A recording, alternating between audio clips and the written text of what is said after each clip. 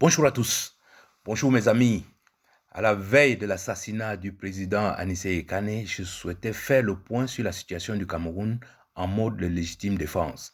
C'est vrai que son assassinat a replongé les Camerounais dans toutes ces interrogations sur comment procédons-nous pour reprendre notre pays à main, comment procédons-nous pour chasser ces gens qui se sont installés au pouvoir.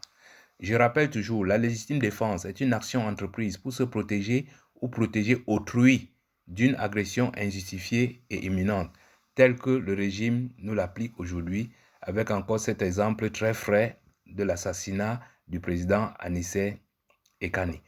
J'ai beaucoup de questions par rapport à ce sujet, mais je vais en prendre juste 10 parce que j'ai quelques contraintes de temps. Mais avant de commencer, une question préliminaire. Pourquoi ne comptons-nous plus sur les journalistes? Mais on compte toujours sur les journalistes, sauf qu'il faut oublier les journalistes français, francophones de notre pays pour une raison simple. Le Cameroun est un pays très riche et ceux qui ont installé Paul Biya au pouvoir se sont arrangés pour corrompre tous les points de décision dans le monde, au point où ce qui se passe au Cameroun est souvent difficile à rapporter de manière avantageuse pour le peuple camerounais. Par contre, les journaux anglophones font un effort de passer l'information. Je vais vous prendre deux exemples. Premier exemple, regardez l'assassinat du président Anissé Ekane. Les journaux francophones, c'est-à-dire ici au Cameroun, en France, au Luxembourg, au Canada, au Québec, tous les pays qui parlent français, le titre principal c'était Cameroun. L'opposant Anissé Ekane est mort en détention. Voilà les titres qui ont pris. J'ai encore vu quelque part, Anissé Ekane est mort, 50 ans de combat politique, paix à son âme. Mais c'est très minimaliste. La une, c'est la même partout, c'est l'opposant Anissé Ekane est mort en détention. Mais si vous allez dans les journaux anglophones, vous allez voir Rise for Justice, Call to Action after Anissé Ekane Murder. Après le meurtre d'Anissé Ekane. Deuxième titre, ça c'est Mimi Mefo. Reaction as Anissé Ekane kill in detention. Donc, au lieu de dire mort en détention, on dit il a été tué en détention. Un autre titre, Government kills opposition leader Anissé Ekane of Manidem. Et c'est political assassination. Vous voyez que eux, ils sont très clairs, très directs. Ils informent les gens de ce qui s'est passé. Alors que les journaux francophones sont toujours dans la manipulation. Deuxième exemple, si vous voyez actuellement le président élu du Cameroun, Issa Chiroma Bakari, est en Gambie. Tous les journaux camerounais le savent. Lequel a pris la peine d'envoyer quelqu'un de spécial là-bas pour l'interviewer? Rien. Disons qu'ils n'ont pas d'argent. Pourquoi ils ne contactent pas leurs collègues de Gambie, qu'on fasse une interview, qu'on leur demande comment va le président élu? Comment il a fait pour arriver en Gambie? Quels sont ses plans? Quelles sont ses projections? Ce sont que des informations. Ça ne veut pas dire qu'il a gagné ou il n'a pas gagné. Non. C'est l'information. C'est-à-dire les Camerounais ont le droit de savoir quel est l'état mental, psychologique de leur président. Mais nos journaux ne le font pas, donc on ne peut pas compter sur ce genre de journal. Première question donc, le Cameroun va-t-il vers l'inconnu? Voilà les questions que se débattent les panafricains, les barbares du régime. Le Cameroun sait exactement là où il va. C'est ce qu'avait décidé l'UPC. Et c'est ça que le président Aïdjo avait essayé de suivre pour amener le Cameroun vers ce grand aigle qui volait déjà. Jusqu'à ce qu'arrive en 1982 la malédiction. Ce qui est inconnu aujourd'hui, c'est la situation actuelle. Si on demande à un Camerounais de nous dire où veut nous mener ce régime, personne ne peut vous répondre. Ils sont dans l'inconnu. 43 ans après l'arrivée de Biya, ils sont devenus comme des éléphants dans un magasin de porcelaine. Et la tâche des Camerounais, c'est comment sortir cet éléphant du magasin de porcelaine sans faire beaucoup de dégâts. Parce que vous voyez que ces gens-là, de Martinez Zogo, de Monseigneur Mbala et tout ça, je ne sais plus comment on l'appelle, le Monseigneur Mveng, jusqu'à l'assassinat de Anissé Ekane, ce sont des porcelaines que cet éléphant est en train de casser. Donc vous comprenez très bien que la mission des Camerounais, c'est d'essayer de sortir cet éléphant du magasin sans casser, sans faire beaucoup de dégâts. Mais nous savons où nous allons. Le Cameroun ne va pas vers l'inconnu. Vivement le changement. Question numéro 2. Anissé Kane et le peuple camerounais auront-ils justice? Je peux vous le dire du tac au tac que le président Anissé Kane a déjà obtenu justice. Il a rejoint le cercle très fermé de nos grands nationalistes tels que Douala Mangabel, Ruben Oumiobe. Faut pas... Je vous dis là-dessus, il a déjà eu justice. Il en est sorti la tête haute. Il a tenu la tête haute à ces gens-là. Regardez comment ils s'embrouillent partout sur tous les médias pour parler maintenant. Mais le président Anissé Kane ne leur répond plus parce qu'il a obtenu, il a atteint son objectif. Mais est-ce que le peuple camerounais aura justice? C'est là la question. Le président Anissé Kane a planté des manguiers partout. Au Camerounais maintenant de vendanger. C'est-à-dire qu'il faut chasser ce régime en lui empêchant de faire les dégâts tels qu'ils sont en train de les faire actuellement.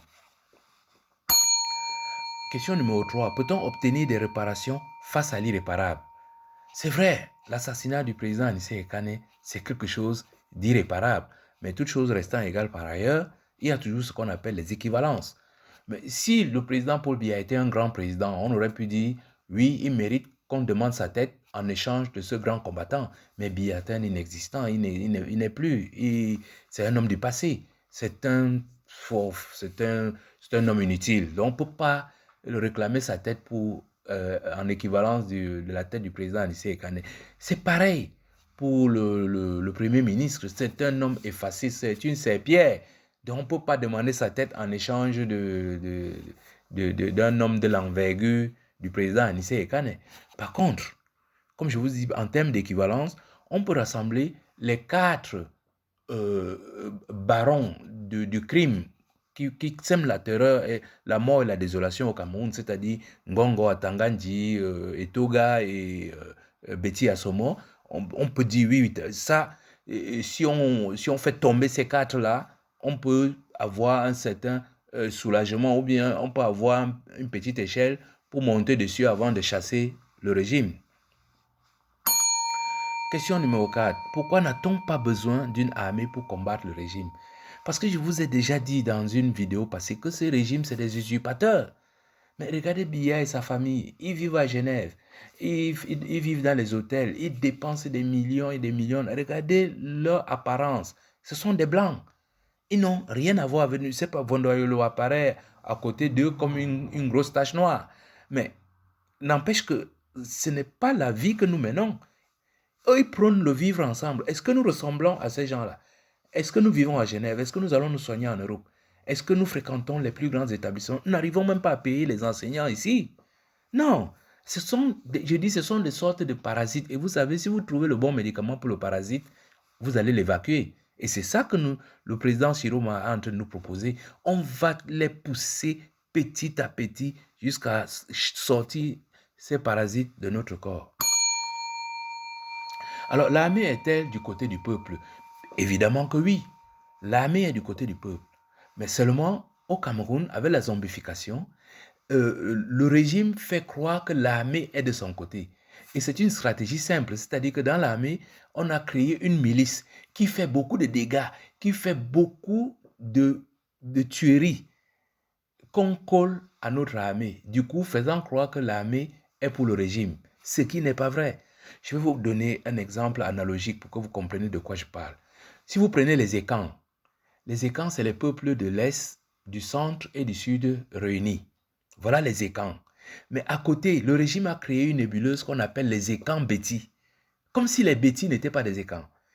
Et curieusement, Emmanuel Macron, Jean de Dieu Momo, le nonce apostolique, comment on l'appelle là, Famandongo, Ayolo et tout, font partie de ces Ekans Béti. Vous voyez la différence? Et maintenant, tous les dégâts que commettent les gens, les Ekans Béti, on fait croire que c'est les Ekans. C'est la même situation dans l'armée. La nébuleuse, la milice qui crée des dégâts, comment dire, l'attribue à l'armée, et l'armée qui est zombifiée accepte, et tout se passe ainsi. C'est pareil. Maintenant, quand même, on voit de temps en temps certains Ekans disent que nous ne sommes pas dans cette histoire-là. Dès que l'armée va commencer à dire nous ne sommes pas dans vos nébuleuses de milices, ce sera terminé pour eux. Question numéro 6. Cela explique-t-il qu'il y ait une partie de l'armée qui n'a pas de munitions.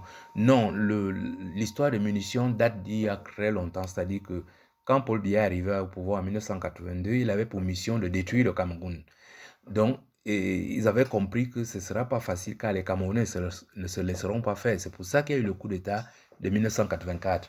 Et depuis le coup d'État de 1984, on a donc désarmé l'armée et les forces de maintien de l'ordre.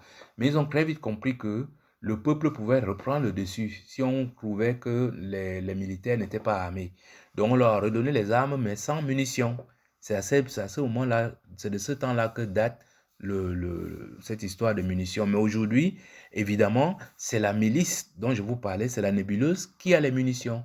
Et pas seulement en direction du peuple. Tous les militaires, tous les gendarmes, tous les policiers qui affichent une position soutenant le peuple sont également abattus.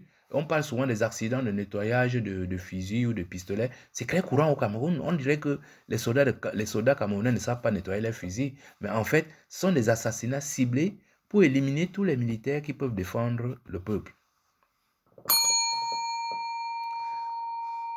Ah oui, j'oubliais. Si on fait une analogie avec les écans, vous verrez que les jeunes des Bolova, de Sambelima et tout, sont totalement appauvris.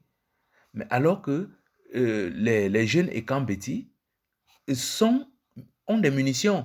Quand vous voyez Brenda, vous voyez, comment on l'appelle, Bruno Bidjan et tout, mais ils sont pleins aux as. Mais la jeunesse écan ne vit pas comme cela. C'est vraiment exactement la même chose. Ils ont les munitions, ils ont l'argent, la ligne 92 ou la ligne 94. Ils jouent avec l'argent, mais alors que le peuple écan souffre. Pareil, la milice joue avec les munitions alors que notre armée a des difficultés face à Boko Haram. Question numéro 7. Pourquoi privilégier le ciblage des donneurs d'ordre? Ah oui, ici, c'est très clair. Si on prend l'exemple des anglophones, les anglophones ont déjà tué plus de 3000 soldats camerounais. Mais le problème n'est pas résolu. La guerre continue. Mais imaginons un instant, si au lieu de tuer les 3000 soldats camerounais, ils avaient tué les 4 semeurs de terreur dans cette région, c'est-à-dire Ngongo, Atangandji, Galax et Toga et Betty Assomo. La guerre serait arrêtée depuis longtemps. Donc c'est pour ça que je crois qu'il serait mieux, comme dans toutes les stratégies mondiales, d'attaquer plutôt ceux qui donnent les ordres. Dans notre opération de légitime défense, ce seront nos premières cibles. Où en sommes-nous avec le programme de défense, de légitime défense? Je vous ai dit, quand on parle de légitime défense, ça veut dire combat. Ici, en ce moment, tout ce qu'on fait, c'est de s'armer mentalement, moralement, physiquement. Dans les villes mortes qu'on lance là, on est en train de monter en puissance. Progressivement, les villes mortes vont s'installer de manière régulière et ce sera respecté sur l'ensemble du territoire. Et ça va monter en puissance et vous allez voir, ça va dézombifier le Cameroun. Question numéro 9. Pourquoi dites-vous que ce régime nous aide? Le régime nous aide parce qu'ils font beaucoup de bêtises. Je vous ai dit, ce sont des éléphants dans un magasin à porcelaine. Il n'y a plus de liberté d'expression, liberté de presse, liberté de réunion. Mais Atangandi vient même dire aux prêtres comment ils doivent faire la messe. Et les trucages se multiplient en cascade. Ces bêtises-là sont des actions qui vont provoquer notre réaction. Et vous savez souvent que la réaction est plus violente que l'action. Dernière question, question numéro 10. Les arrestations en cagoule, ouverture des enquêtes. C'est pour ça que je vous ai dit que ce régime nous aide. Quand ils viennent arrêter les gens avec les cagoules, Charles Élise en est content. Quand ces FMO viennent avec les cagoules arrêter les gens dans les quartiers. Mais demain, quand on va venir l'arrêter, lui, avec les cagoules et tout, il va crier, on est en train de m'enlever, on va te dire non, c'est les FMO. Il va dire non, c'est pas les FMO. On va lui répondre que non, c'est comme ça qu'ils viennent souvent. C'est ça que tu appelles les FMO. C'est pareil. Quand on tue le président Anissé Ekane, on dit qu'on va ouvrir une enquête. Ben demain, quand on va percuter l'un de ces gens-là, ils vont vouloir ouvrir la bouche. On va dire, ne vous en faites pas, on va créer on va ouvrir une enquête. C'est pour ça que je dis que ces gens-là nous aident. Voilà mes chers amis, je ferai une autre vidéo pour répondre à plus d'autres questions, plus, des questions plus opérationnelles que un peu de théorie comme tout de suite là. Merci de m'avoir écouté et à bientôt.